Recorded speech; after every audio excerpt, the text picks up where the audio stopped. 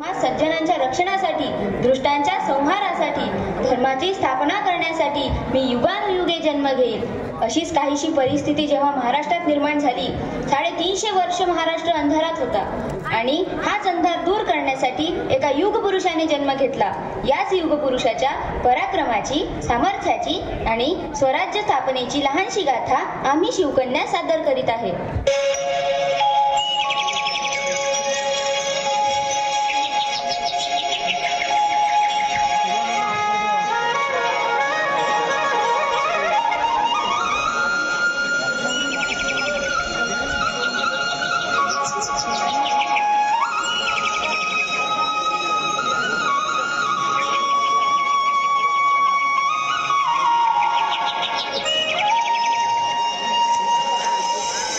महाराष्ट्र असा सुखाने नांदत असताना एका दृष्ट कालयवनाची वक्रदृष्टी महाराष्ट्रावर पडली.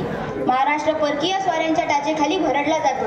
अपहरण, अपमान, जुलूम, जबरदस्ती, अन्याय, अत्याचार, मंदिराची तोडफोड, स्त्रियांची, धनधान्यांची लुटालूट थांबत नव्हती. जेव्हा आपल्याच घरात गोठ्यातली गाय व घरातली माय असुरक्षित होते, तेव्हा घरातलाच अंधकार मनात घर करून बसतो.